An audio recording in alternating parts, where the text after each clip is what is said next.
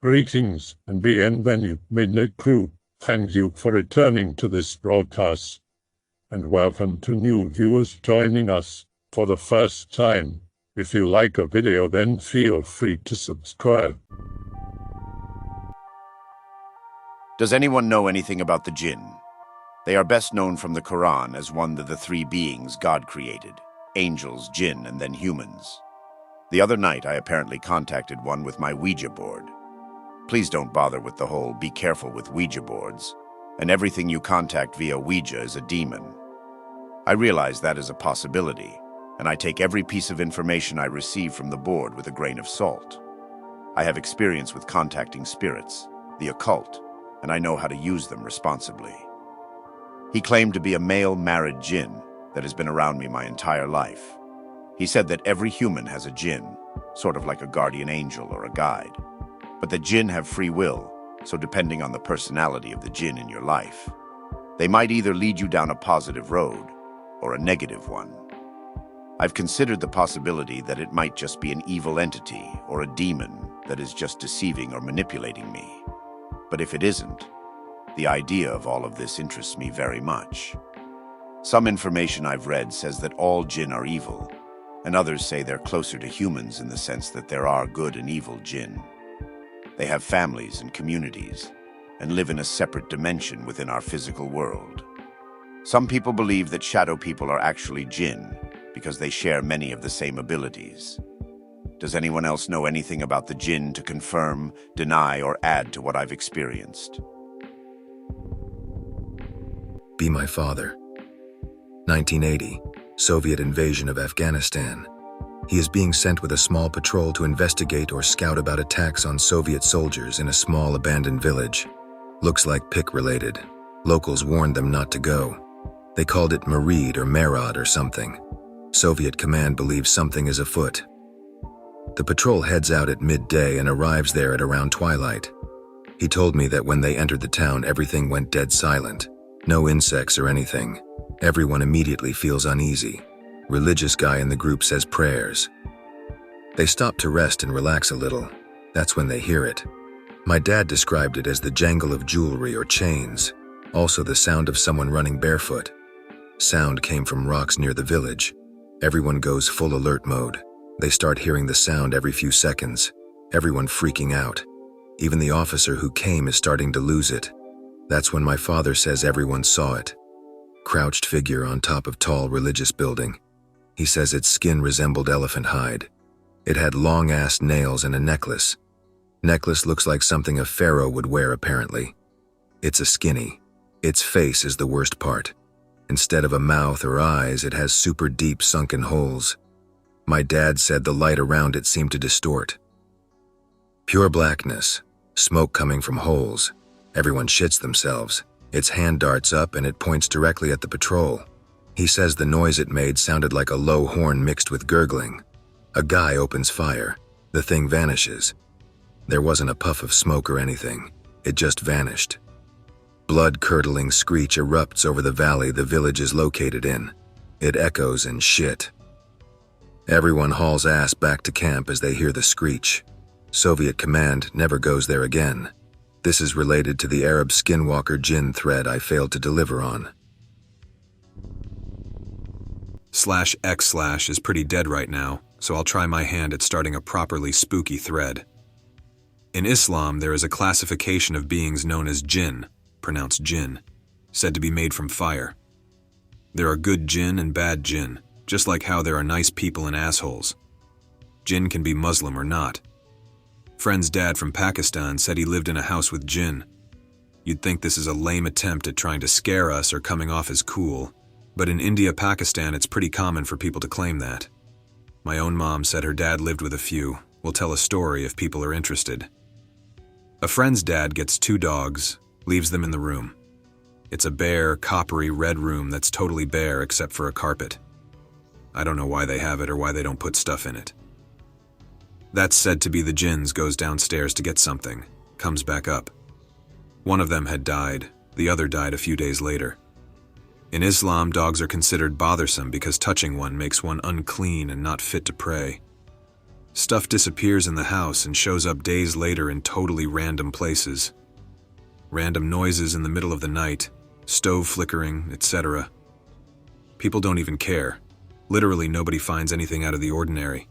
One of many reasons I don't like visiting Pakistan. We'll give more stories if there's interest. In Pakistan, there used to be all of these informal schools going on. Seeing as the government, or lack of, wasn't going to provide education for the majority of people, especially the poorest ones, volunteers and religious leaders would often go about setting up classes to teach kids both about religion and school stuff. As expected, these schools didn't have much in terms of supplies, so they'd often be taught outside, with the kids in a circle around the teacher who'd be the one with the chalkboard. One day, one of these sessions was running late into the night, so one of the kids was asked to go fetch a lantern from the shed. Kid leans over and extends his arm, a la Mr. Fantastic, all the way to said shed, which was like 20 feet away, and gets it. Other kids obviously start flipping shit, so the teacher calms them down and takes the kid who got the lantern aside and lectures him, saying stuff like, "You can't do stuff like that around here."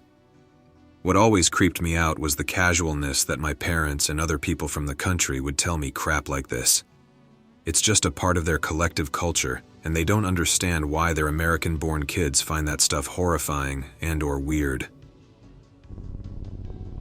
What does /x/ know about Djinn? My friend's girlfriend told a pretty spooky story last night. Said she was in Iraq a few years ago. Her uncle told her not to go near this house because there were Djinn inside of it. She went there anyway. All the windows had been busted out. She claims she saw a gray figure floating back and forth between the windows. The gray figure hid behind a wall, and a gray leg stuck out. The gray leg then morphed into an old lady. The old lady teleported right in front of her, had a wooden stake in her hand and lizard-like yellow eyes. She tried to tell her that everything she had heard about the house was false, and that it wasn't condemned or even old, that it had been built in the past few years, that it had airport markings on it. This was a lie because the part of Iraq she was in did not have an airport at the time.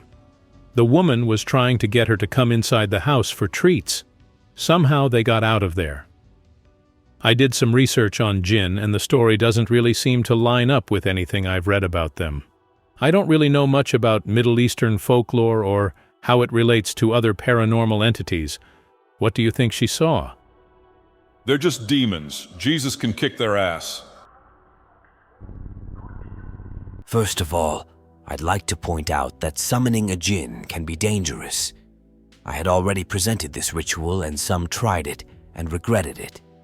I'm not responsible for their actions. This ritual is the only one that allows you to invoke a Djinn.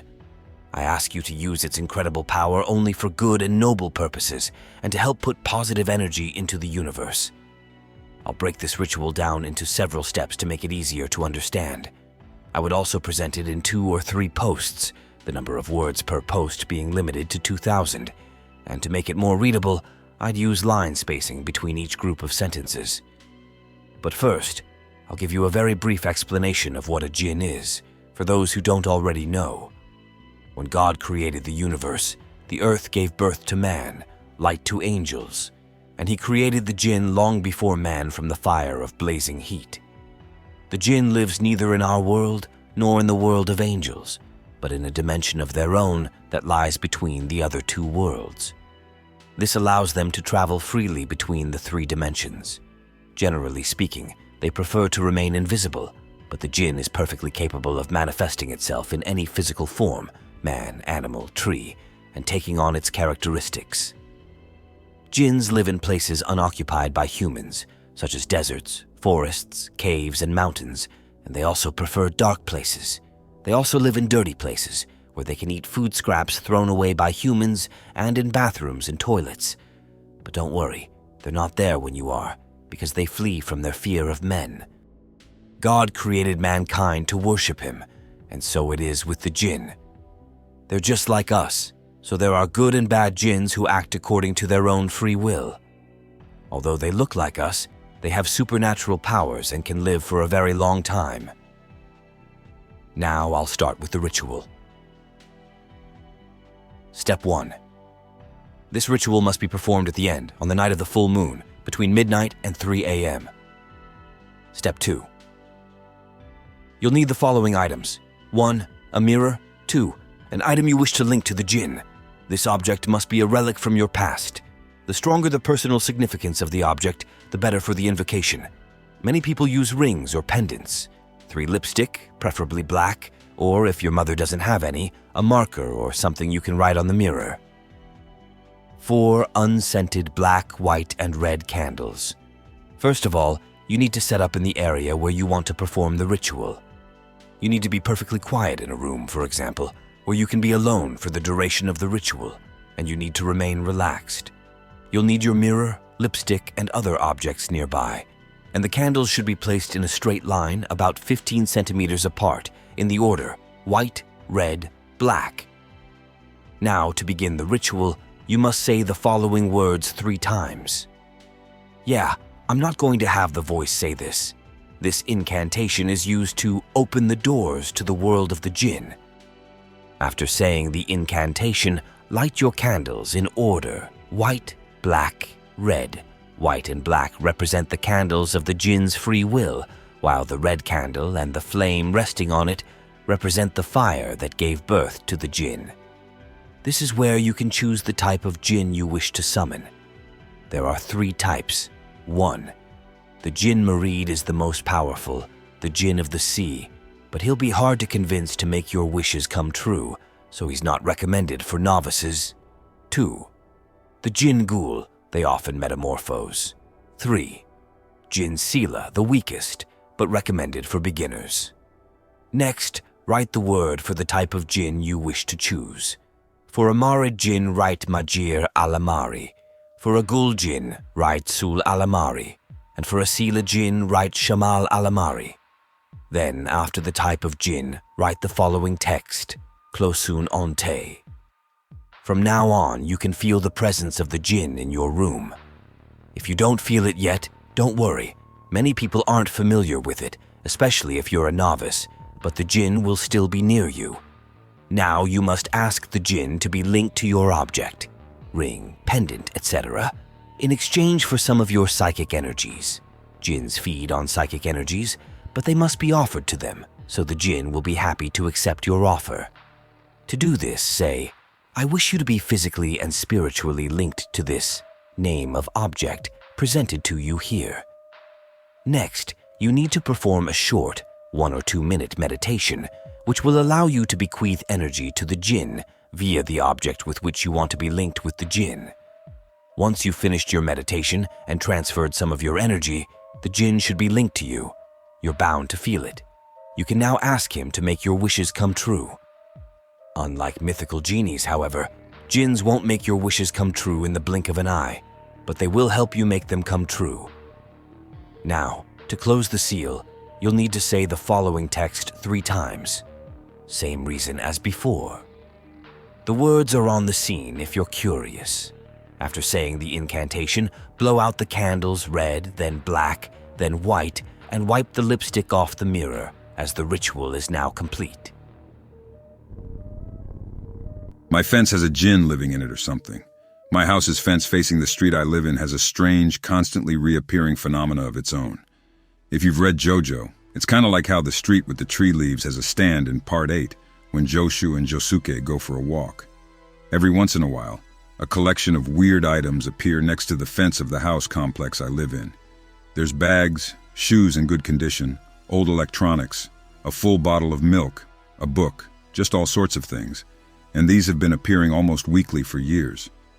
I like to imagine that the street has a strange force of nature in it, which either steals items from random passers-by or which takes items from the trash and puts them on the railing. These items would then seek out an owner. People walking by would pick them up. I'm thinking about starting to photograph the items. Maybe something comes of it. Or it turns out it's a serial murderer dumping the items of his victims. I don't know. Pic-related is the Djinn epically trolling me by placing another bunch of weird selection of items next to the fence to make me think. Weirdest thing so far was a tub of cream cheese which was put not next to the fence but on top of the pillar which the fence leads into, which is well over 2 meters tall, so whoever put it there had to climb up there. I'm not certain of what causes this phenomena. At first I thought an insane person lived in the house who always put his items he didn't need on the railing because he thought other people might need them and didn't want to put them in the trash. This has been going on for a very long time, however, and there have been both male and female articles of clothing placed out, seemingly displacing this theory. It also can't be a homeless man rummaging through the trash and putting those things on there. The railing where the items appear is next to the rubbish bins. Because the items are always of usable quality, they often don't seem like things someone would throw out. The large amount of women's bags placed there made me think that perhaps it's where some gypsy dumps the goods he stole from women after taking the money and valuables from the bag, but that wouldn't explain many stranger objects appearing there. Plus, I assume a thief would try to hide the goods he stole, not drop them off on the side of the street. Well, /x/ I spent a lot of my childhood years here and reading the experiences. Since then, a lot of weird things have happened in my life, and now, after I waited some time for things to cool off, I've decided to share them with you. I'm not a writer, but I will try my best. Not sure where to start, so I'll just write some background info. I come from a country in Europe, born into a pretty big Muslim family. People there have a lot of old traditions and no one knows the origins. When I was about 2 or 3 years old, my family moved from our village into the city, small city. Family isn't that religious, only the old members, grandpa, grandma, me, around 7 years old. Father worked abroad, so I was alone with my mother. One night, while laying in bed at night, I felt uneasy. I was afraid of the dark, but it wasn't that. I got so scared that I went to my mother's bed and covered myself with a blanket. At this point, I was terrified, sweating and whimpering. Thought to myself I was being a wuss, so I tried to relax. At that moment, I felt a cold hand grabbing me by my calf. I actually pulled and the hand didn't let go for a couple of seconds. I was just lying down, silently crying, whimpering. I couldn't sleep at all. Next morning I was trying to explain it to myself and failed. Never told it to anyone until my father told me a story about our house. Fast forward about 10 years. Family had a really rough time since we moved into the new house. No money, bad shit always happening, etc. Got to the point where we had to sell the house or be evicted. We got evicted since no one wanted the house. Went to work with my father on construction. One night we were talking and he said he blames the house for everything. Said he never wanted it, but my mother insisted. He says when we moved in there were a lot of unexplained things. He found rotten walnuts in little bags inside the walls when we were renovating. Usually in our culture, when you want to curse someone, you put rotten food, old bones, and even poop somewhere close to the target. Example, under the doormat, in flower pots, anywhere where that someone will pass by every day. Now, my father isn't one to believe in these kinds of things, always trying to explain everything logically. But that changed when his brother told him that it might be Djinns that are to blame for the shit luck. He told him that he knows a woman that can help if that is the case. So I was about 10 or 11, and I remember that night they sent me to my room and told me not to get out. I heard a man and a woman coming into the house and they went into the living room. So the rest of the story is from my father. They came and right away told them they sensed some evil shit in the house. It's an understatement to say my father was skeptical. When they went into the living room, they talked a bit and told them they'll try to fix it. How? Well, they were going to exorcise my parents. They put on this surah, verse from Quran, that is used in these kinds of situations and put headphones on my mother first. As soon as she heard it, she started screaming. I remember hearing it in my room, the screams. She fell down on the floor and looked like she's having a seizure. In this moment, little me went and opened the door slightly to see what the hell was going on. Mother is on the floor having a seizure while the man is holding her down, and the woman is doing some strange shit with her hands, started crying and went back into my room. Father told me she was actually using the hands to guide the spirits away from Mother. He actually saw something like a small bubble under her skin and arm. The woman guided it to the ring finger and cut out a small hole for the spirit to get out. All this shit sounds crazy.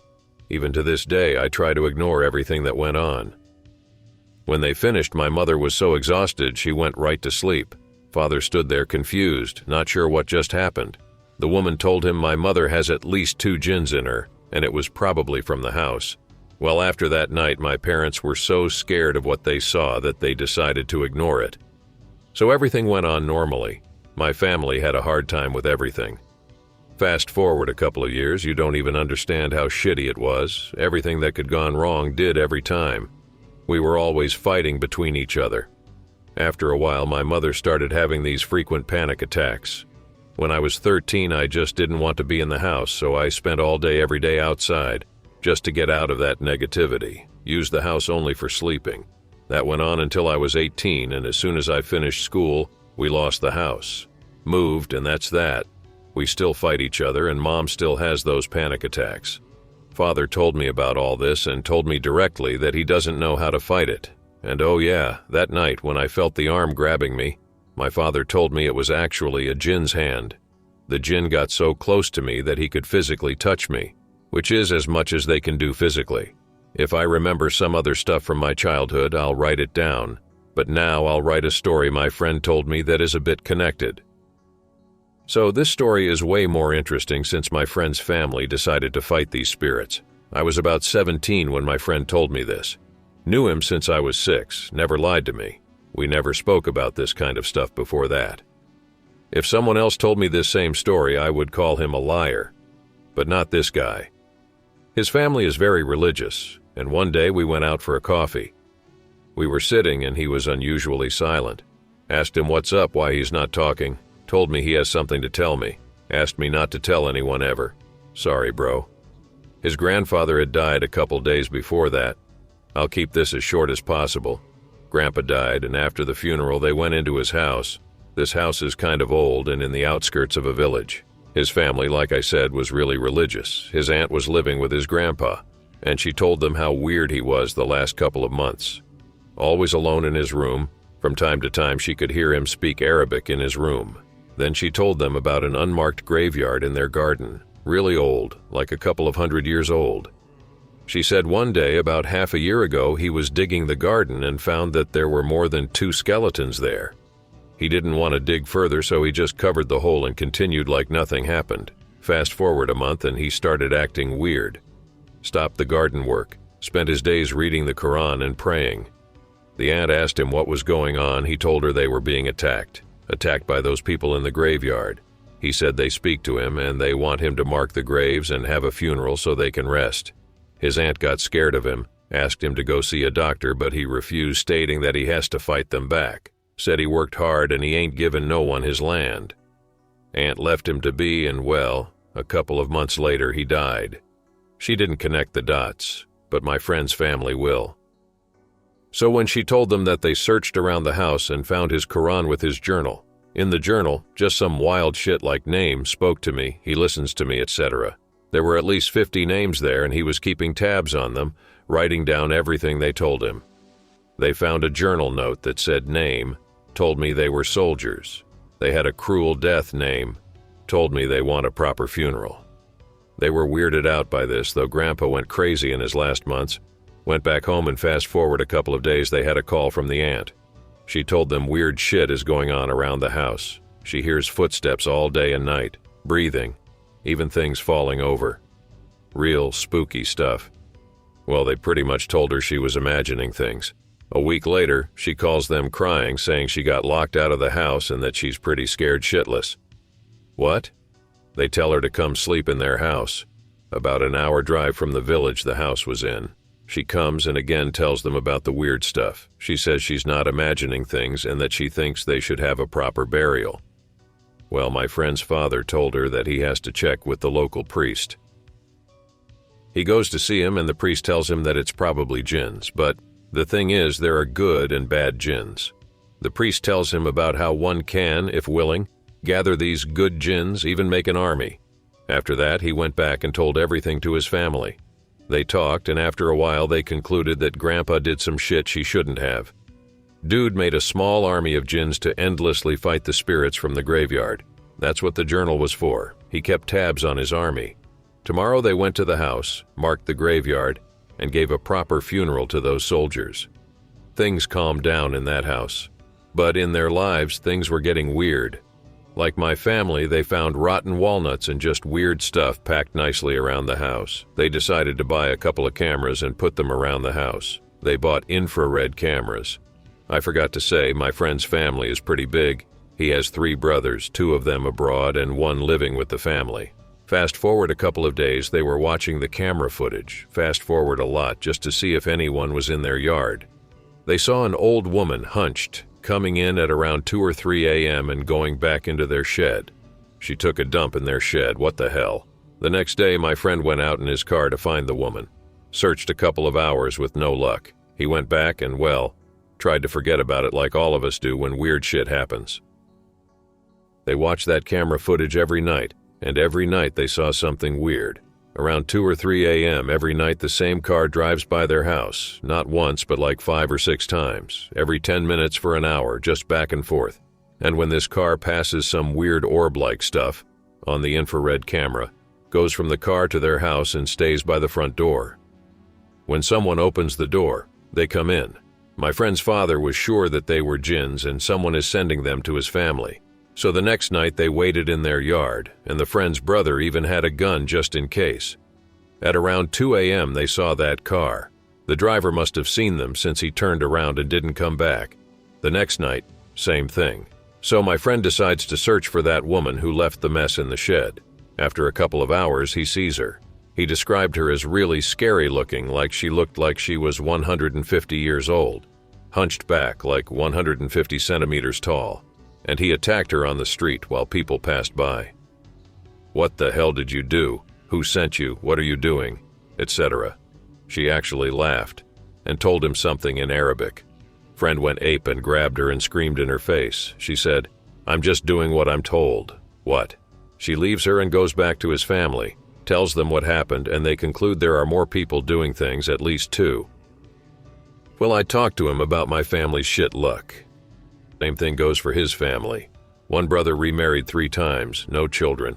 Other brother never got married, is in serious debt from a failed business. Those 2 live abroad. Well, when they found out someone's been sending Djinns and cursing them, they called the 2 brothers back home. So together they might figure out who's doing this shit. They went together to the priest, and the priest told them pretty much that the curses work like this. If you want something so bad, you live for it and you get it. The curse just makes you kind of sabotage yourself. Like the brother that was remarried, he always dreamed of having a big family. But once he got a wife, he couldn't have a son, and then after a while he got sick with jealousy. And with every wife, they leave him because of the jealousy. Other brother wanted to have a big business, be the boss and be rich. He did everything by the rules. The business was looking good, but then he started gambling and the business failed because of it. Priest said it's because of the curses. Someone is actively doing it for a long time. They go back to their house and decide to tear down every wall in the house and look for those weird stuff they found around the house. Well, they just went ape, took the walls down, floors, everything they could. They found so much stuff inside they filled a whole bag with them. Things inside the bricks like the rotten walnuts, hair, and then bottle caps and small pieces of paper, with some verse from the Quran written in Arabic. Well, they destroyed the whole inside of the house and took out most of the weird stuff. Then they decided to contact these spirits. They put on that same surah my mother was listening to, and they started reciting the Quran. They put it on speakers so every family member could hear it. Right away, the brother that's in debt fell onto the floor screaming and shit. The more they recited, the louder the screams got. And then the really freaky shit started happening. His screams changed. My friend told me it was like he got a megaphone, just really loud and unearthly, like those scenes from The Exorcist. I laughed when he said it, being non-religious and all, but the dude looked me straight in the eyes. He said, "Don't laugh, that's my brother, he wouldn't fake it." I went silent. Then he continued. His brother got up and started speaking to them, but not with his voice, and not in his language. The dude was speaking Arabic like it was his mother tongue, but he knew only the basics. Friend's father knew Arabic since he went to school there, and started speaking to him. Everyone knows the spirits always tell you what you want to hear. Told them they were a great family, that God watches them, that he is proud of them. Told them even that God sent a message for them, but they need to turn off the surah so he can say it. My friend's father knew better. He believed that the Djinn was lying just so they turned off the surah, so he started reciting the Quran again, and the screams began again. He screamed, "Turn it off, turn it off," but they didn't. My friend's father asked him, "Who sent you?" He screamed, turn it off and I'll tell you." He decided not to turn it off, so after a while of screaming, the brother went into a seizure-like state. They held him down and continued reciting in his ear. Then he just stood still. Everyone left the room. Only my friend's father stayed, reciting the whole night. I know this story is wild, but believe me when I say it all happened. The next day they went to the priest again and told him what happened. He said they did right, and that the dude that was possessed should come live with him for a while in the mosque, so he did. He didn't remember anything that happened, and says the last thing he remembers is the first verse of the surah. They go back thinking what they should do next. How do you fight it if you don't know who's cursing them? My friend's father decides to go and visit his brother. He lives alone in the same village the grandfather did, so he drives about an hour to speak with him. Told him everything, and he said he knows how to handle this. He'll contact some priest he met a while ago and he'll come and fix it. He comes back and waits. Meanwhile, every night the car was passing by when they were not waiting for him. One night my friend decided to hide in the bushes, not telling anyone. He sees the car and passes it and sees the license plate. Now they only have to find the car. Tomorrow they went out to search with no luck. After a couple of days of searching, they gave up. How are they supposed to find one car in a city of 50,000 people? They decide to guard the house every night so the dude sees them and turns back. My friend and his two brothers did it, but the car stopped coming after the night he saw the license plates. I'll cut this short since I don't have time. They went to the priest the uncle told them about, which was about a 3-hour drive. He tells them that they are exaggerating. He said it isn't so bad, whoever is doing this must have quit since he's not coming anymore. They agree and continue with life. The brother that was living with the other priest goes back to his house abroad, as well as the other brother. Things started to go back to normal. They renovated the house and it was all cool. After about 3 months, his family goes to visit his uncle. My friend went with them. As soon as they come into the yard, he recognizes the car. It's that car that drives up and down every night. The license plates match. It was their uncle. After they leave, he tells his dad about the car. His father didn't notice it, didn't even care to look. Then he turns the car around and goes back. Asks his brother what the hell was he doing. He's faking confusion like he has no idea what he's talking about. Friend's dad attacks him, punches him, and starts screaming, "What did you do? What did you do?" He says he'll explain everything. Told him how he and his dad, friend's grandpa, were controlling these Djinns together. They gathered them to protect the land and fight off those soldiers. When Grandpa died, his Djinns didn't know where to go, so they started attacking him. He tried to fight them off but couldn't since Grandpa had too many, around 50. So he got ill, stopped eating, and started losing it. Then he decides he has to send them away and decides to send them to his brother, since it's way easier if you know someone. He said he did it every night for about a month. My friend's dad asks him about the weird woman and the shit they found in the walls. He tells them that he had nothing to do with it. He says he'll find out who it is and curse them so their Djinns attack them. Friend's dad told him never to speak with him again and left. Fast forward about a month, living normally. Friend's dad receives a letter from his brother. In the letter he says he did curse those people, and Djinns attacked them. They died.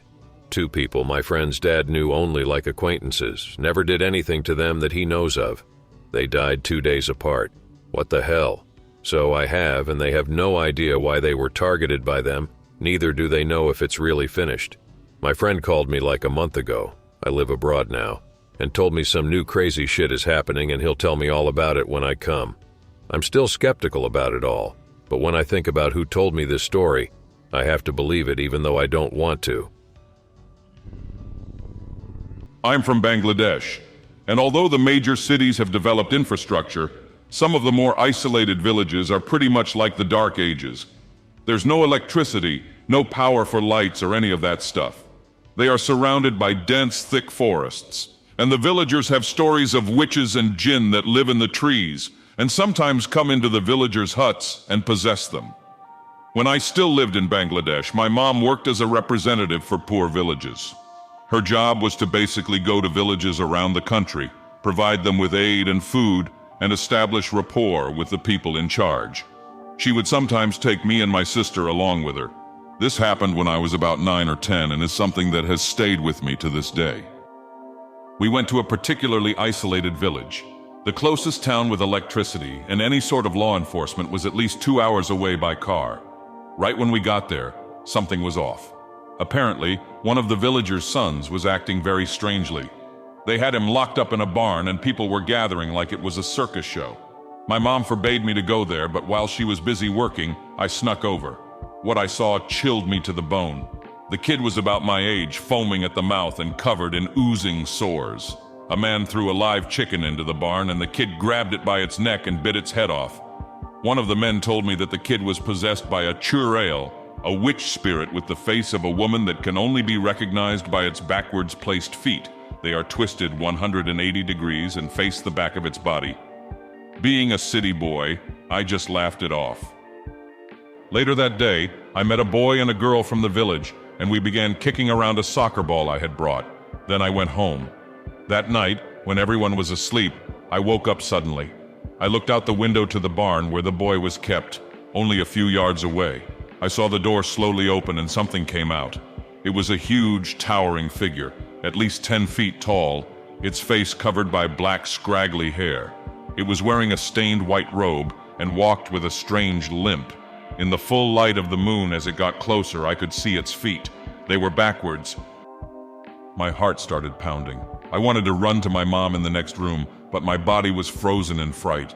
I watched as the thing got closer and closer until it was only a few feet from my window. I looked at its face, and my blood went cold. It was the face of the little girl I'd been playing soccer with earlier that day. At that point, I don't know what happened. All I remember is blacking out and waking up the next day. There was a huge uproar because apparently the village's possessed boy was found dead in the barn. I couldn't find the little girl anywhere. I asked around, but no one could even remember knowing a girl with the description I gave them. I tracked down the other boy I had been playing soccer with, and he didn't know either. He said that he only remembered just the two of us playing that day. I hope that you enjoyed tonight's broadcast. If you enjoyed tonight's story, then please subscribe to the channel, as more Greentext will appear daily. A new broadcast will appear when the clock strikes midnight Central Time.